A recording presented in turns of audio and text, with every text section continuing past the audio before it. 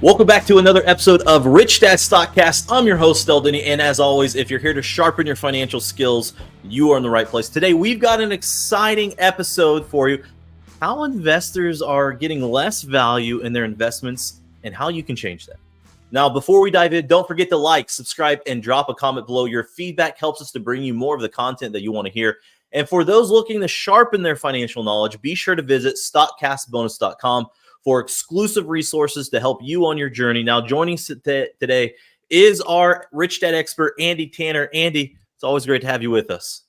Del, thanks for having me. This is going to be a great discussion and very educational. It's a foundation principle, one of these great generalized principles. I think it falls in that category where it will be true in all cases. So looking forward to sharing this. Agreed. And I've got so many questions. And really, this has to do with value investing. And we might even call it value investing 2.0, if you will. Now, as you think about value investing 2.0, what comes to mind? Well, it's a great time to talk about it, and it's a timely idea. So let's talk about price and value. Let's establish that first. What is price and what is value? Warren Buffett says it this way. He says, price is what you pay. That's what leaves you forever. So you don't have to worry about it. It only happens once. You pay a price, and that happens one time. Value is what you get after that. Value is what you receive. So price is what you pay. Value is what you receive. And a person must have, this is a must, this is a principle. A person must have an understanding of both of those to decide whether or not the transaction is smart. If I don't know what I'm getting, 401k people, if I don't know what I'm getting, RSP, superannuation people in Australia, if you do not know what you are receiving, how do you know whether you're getting value or not? Now, as a consumer, this is pretty easy to do. Go to the mall, walk into Nordstrom, pick up a pair of blue jeans or whatever, some denim. And you say, okay, these jeans are, whatever they cost, $150. I don't know how much jeans cost. I don't shop, but a couple $100, whatever they are. Okay, here's some jeans.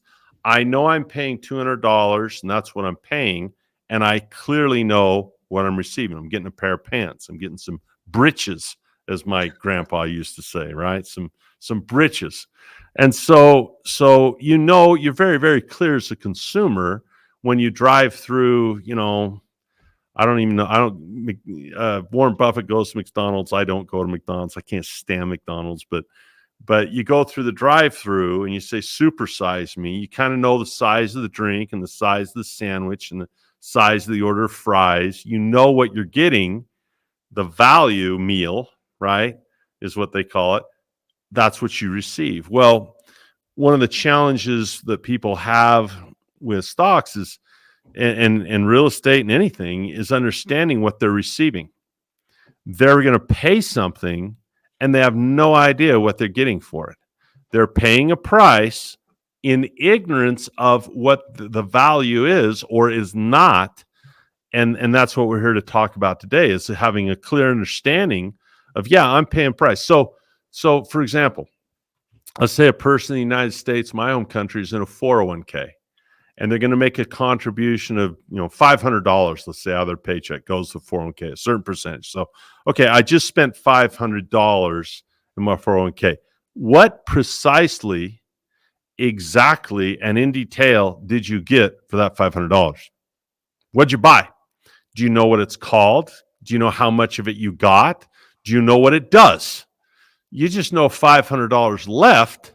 What did you get? What came back? What is it? And that's called financial ignorance. Not that we're ignorant people or unintelligent. I don't know. I've ignored that. I have ignored the side of what I'm getting. So in order to be a bargain hunter, in order to get bargains, a person must know the price and a person must know what they're getting in return for that. And even if a guy says, well, I'm getting 100 shares of Apple if they buy Apple, or I'm getting 100 shares of Chevron or Citibank, even then they might not even know what's behind those shares. They might not know. So today we're going to we're going to make this very, very simple. We're going to have a little object lesson, and we're going to learn how value works. All right. So I'm curious what's in your hand there. Let's just jump in the object lesson. I'm dying here. Okay. All right. So I have this on my shelf, and this is what I use to teach my kids. And this was a gift from one of our trainers at the Cashflow Academy. We have a pretty fun white elephant party every year at the holiday time, and so this is the one I snagged and I got it. This is called the Cashflow Jack in the Box, and it's got 3 parts on it. First, it's got a handle, and the handle does work, right? So if I turn the handle, I don't know if you can hear that or not, but if I turn the handle, it gets work done. The second thing I have on it is a price tag, so I can buy this machine. What makes a Cashflow Jack in the Box really cool is if it does work, right? Whoops.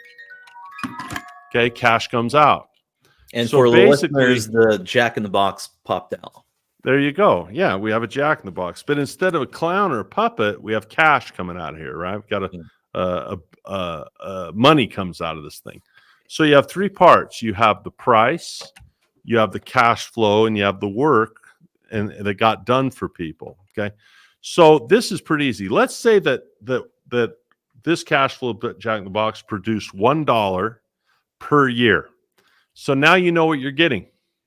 If you pay this price on this price tag, you know you're getting a machine that will create $1 a year of earnings. Price and earnings. The price is easy to see. That's on the price tag. The earnings is what comes out of that company, out of that business, out of that stock, out of that real estate investment. You know, they might call it net operating income. They might bottom line, profit, earnings, net earnings, whatever you want to call it. How much did it earn? Well, I need to know both. I need to know the price and I need to know the earnings to decide whether I'm getting a value or not. And so we kind of have this ratio of price, this ratio of earnings. So I'll ask the listeners, I'll ask you, if this made $1 a year, how much would you pay for a machine that makes $1 a year? What do you think a good value would be? Because if you can't answer that, a person doesn't know what they're buying in the investment. So I'll ask you, Dell, if this makes $1 a year, okay, this little machine cranks out $1 a year, what would you pay for it? I'm going to say $1. So you want even money, right? You want 100% return on your investment every year, right? Why not? Why not? I mean, even if this were $5, though, this would be a pretty cool asset at your age, because if you paid $5 for this, you know, 5 years later, it's paid for itself and it'd create money the rest of your life, right? So it wouldn't be too bad if you think, hey, this thing's, if it looks like it does good work, which is called a moat, right? Like Coca-Cola, they're going to be around in 20, 30 years, right? We have confidence. They do good work. They have a moat. The work that they do is solid. We don't think the work is going to go away. Therefore, we don't think the earnings is going to go away. Maybe pay $5 for it. But would you pay 10? Would you pay 15? Would you pay 20? Would you pay 30? Right? That's where you start saying, I'm getting less value for what I'm paying in terms of earnings, right? Price to earnings. And essentially, from a cash flow basis, you know, there's other things. You say, well, I'm paying for growth, or I'm paying for book value. What's inside here, right? But the bottom line really is, the literal bottom line is earnings. That is, they draw a line, they add everything up, and the bottom line is how much it earns. And the thing that is concerning to me from an education standpoint is that people don't know what they're getting for what they're paying. So if we go back to our 401k example and we say, all right, you just spent $500 in your 401k. What are you getting for that?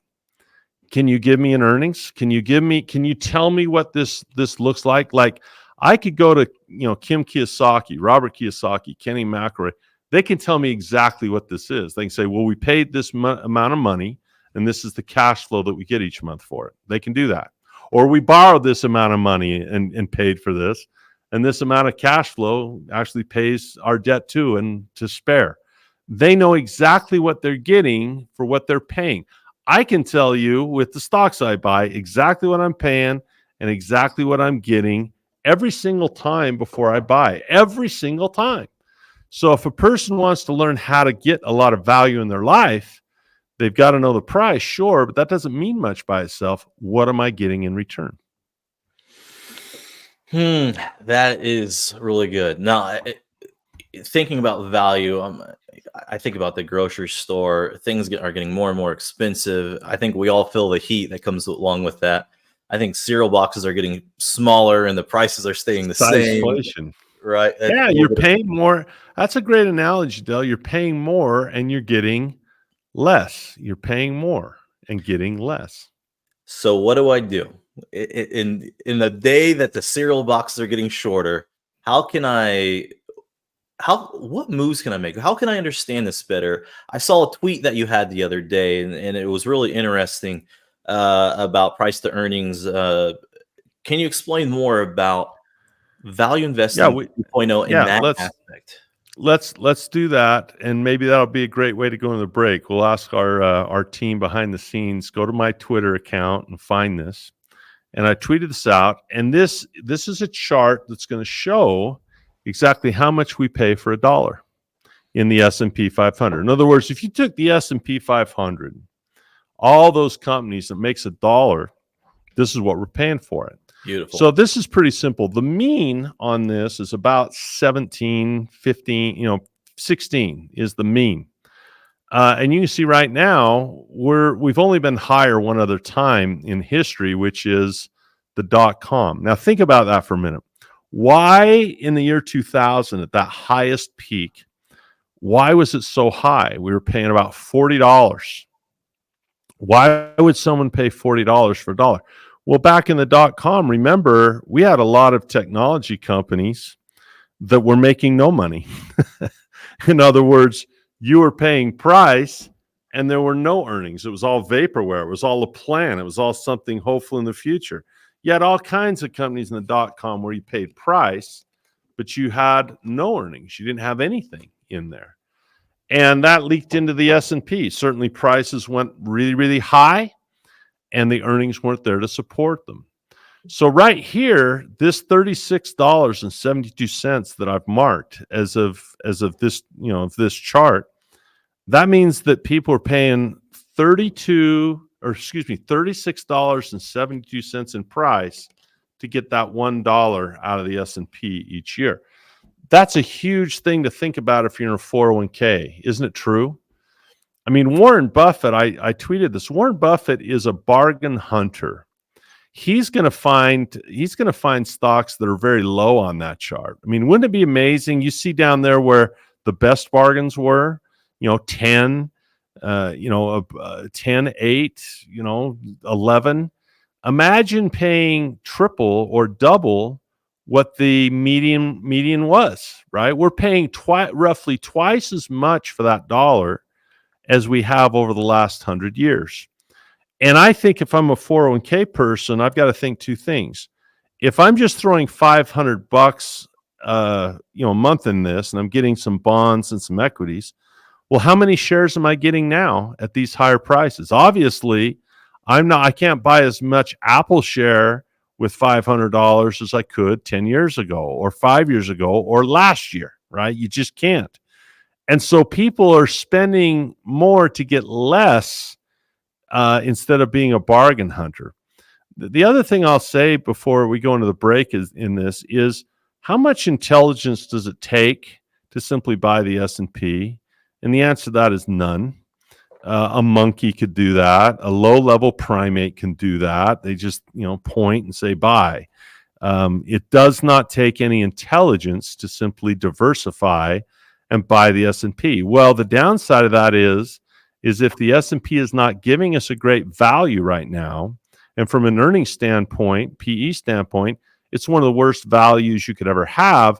No wonder Warren Buffett has billions of dollars sitting on the side, waiting for this to go back down, or find companies, usually isolated, that give a very, very, very good price to earnings ratio.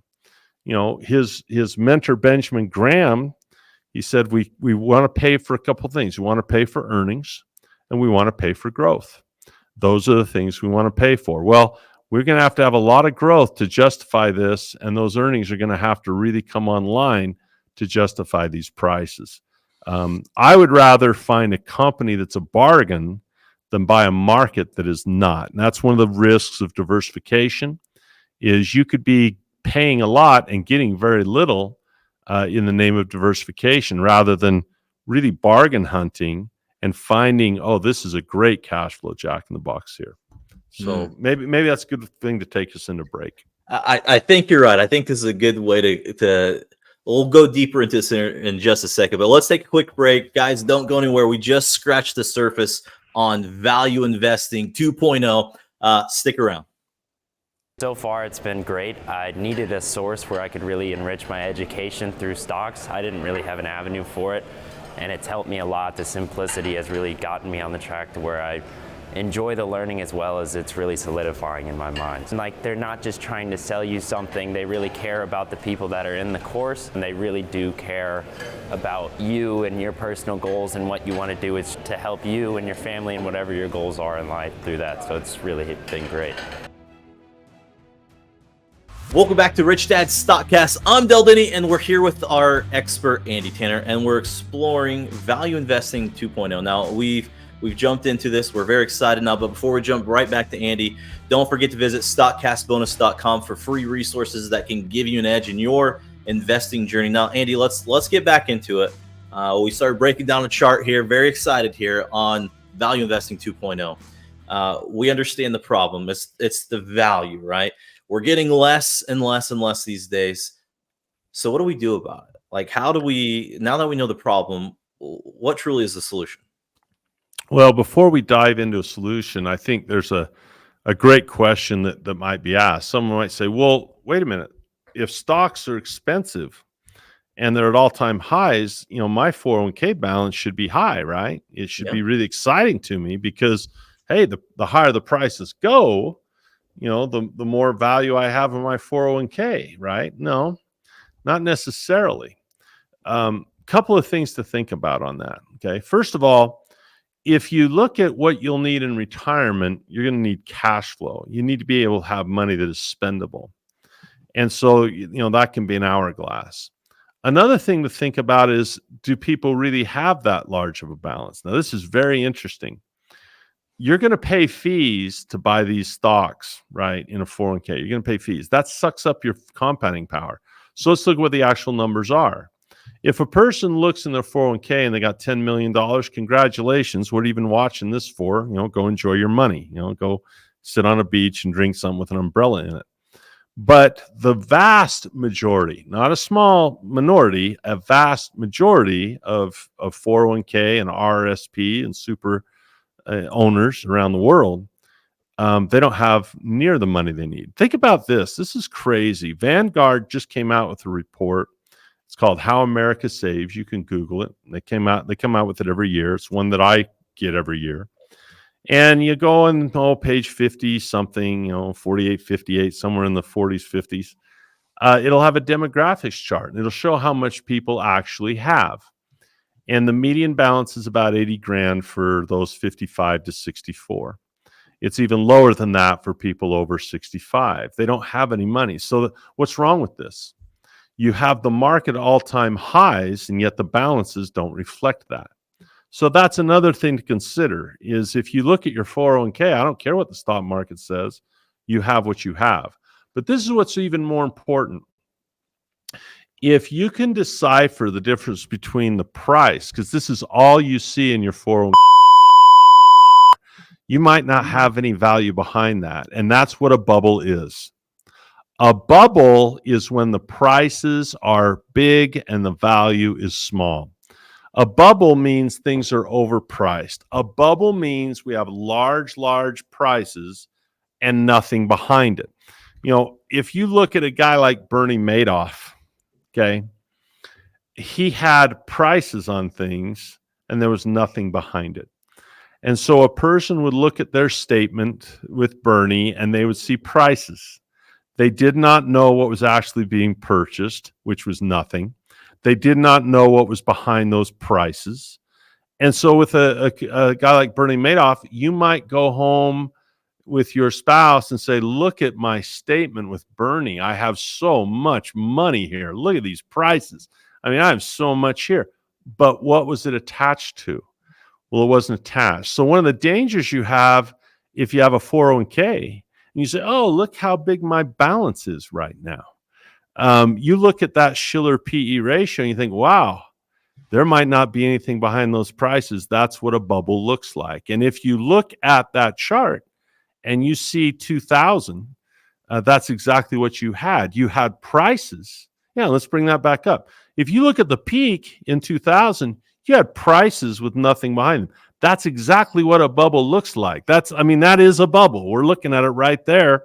Is if you're paying high prices, it's just like the people in Silicon Valley in the late 90s, early 2000. They were millionaires on paper because the stock prices said they were millionaires on paper, but there were no earnings. There was nothing behind those prices. And prices cannot stay high if they're not attached to things that are valuable. The jig will eventually be up. Bernie Madoff will eventually reveal there's nothing behind them.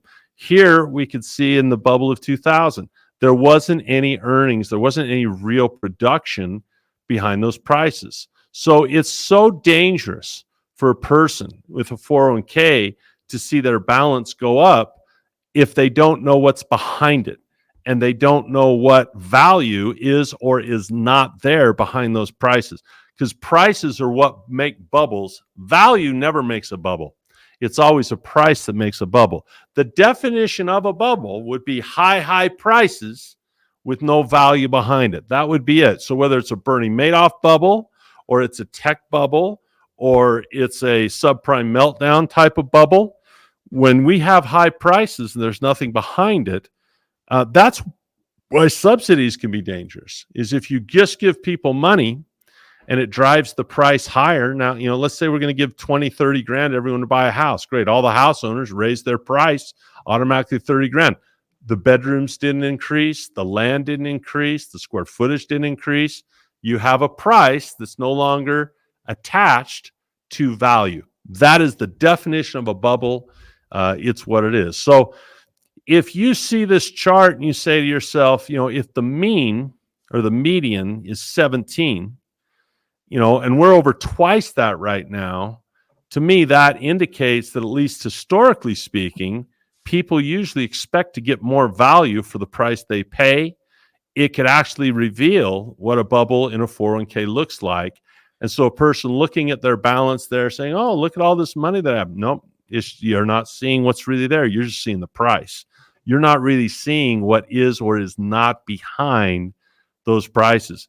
Just like Bernie Madoff folks were seeing prices and not knowing what was behind it, they were in a bit of a bubble, a huge, a fraud bubble. Well, this could be very much an earnings bubble where we just don't have the earnings to justify those prices.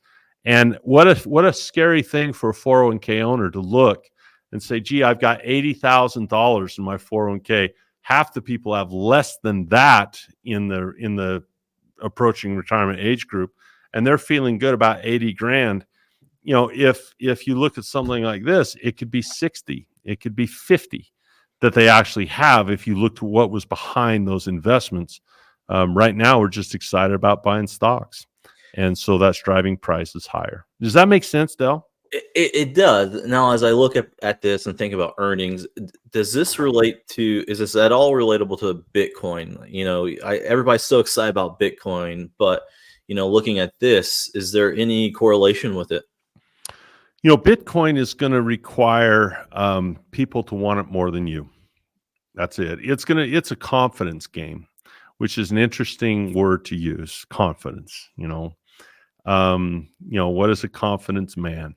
So I like the idea of having a hedge, but think about this. I'll just repeat what Warren Buffett said about it. And all the people can hate and hate and hate.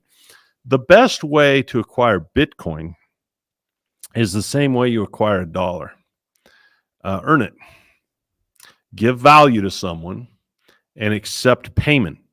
And if people have high confidence in dollars, then I'll expect the rent to be paid in dollars. And I'll expect my dividends to be paid in dollars. If all of a sudden that shifts and people have high confidence in Bitcoin, then I'll start accepting Bitcoin as a businessman, as a landlord, and I'll expect my dividends to be paid in Bitcoin. The best way to gain wealth is to earn it.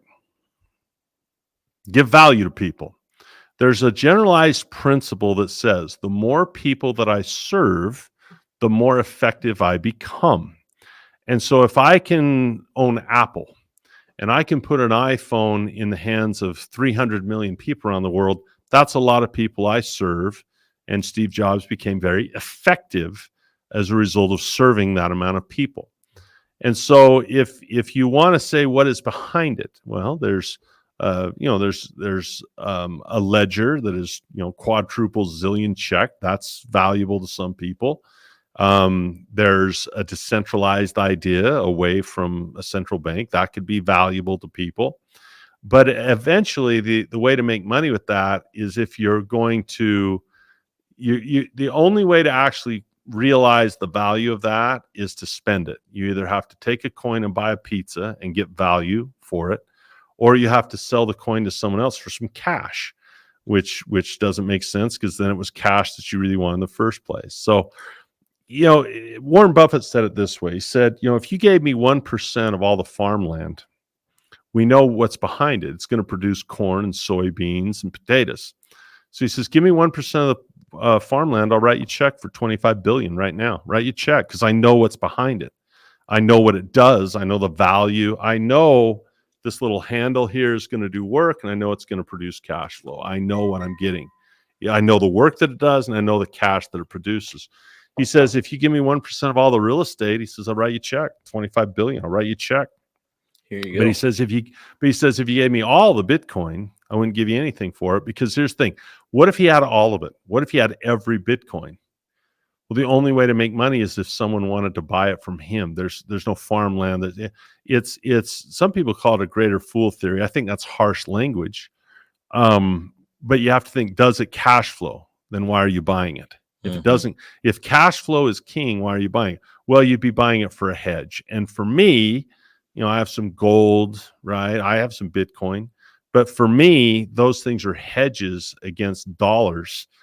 They're not my main way to serve people. Holding gold isn't serving as many people as offering goods and services. So I really like the idea of earning money serving people. I'm absolutely with you. And I also think I read something a long time ago. There's a difference between investing and speculation.